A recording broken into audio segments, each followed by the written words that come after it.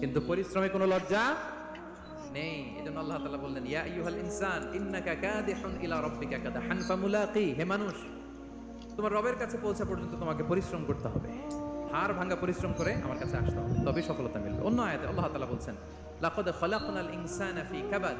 নিশ্চয়ই মানুষকে আমি কষ্ট এবং পরিশ্রম নির্ভর করে তৈরি করেছি। এই পৃথিবীতে টিকে থাকতে হলে তাকে পরিশ্রম করতে হয়, কষ্ট করতে হয়। এবং দুনিয়ার এই সাইকেলটা যদি দেখেন, দিন এবং রাতের যে সাইকেল, রাতকে আল্লাহ বানিয়েছেন ঘুমের জন্য, রেস্ট নেওয়ার জন্য, বিশ্রামের জন্য, আর দিনকে আল্লাহ বানিয়েছেন কর্মচঞ্চল করে, কাজের জন্য। দিনের মধ্যে কর্মস্পৃহা আছে। আল্লাহ তাআলা সূরা নাবাতে বলছেন, ওয়াজআলনান নাহারা মাআশা। আমি দিনকে বানিয়েছি কর্মচঞ্চল, দিনে আপনি কাজ করবেন, হাড় ভাঙা পরিশ্রম করবেন, তবেই সফলতা ধরা দিবে। ঠিক কিনা বলেন? তাহলে প্রথমে আমরা জানলাম এই পৃথিবীতে পরিশ্রম করতেই হবে, পরিশ্রমের কোনো বিকল্প নেই। সফল হতে চাইলে কি করতে হবে? আওয়াজ করে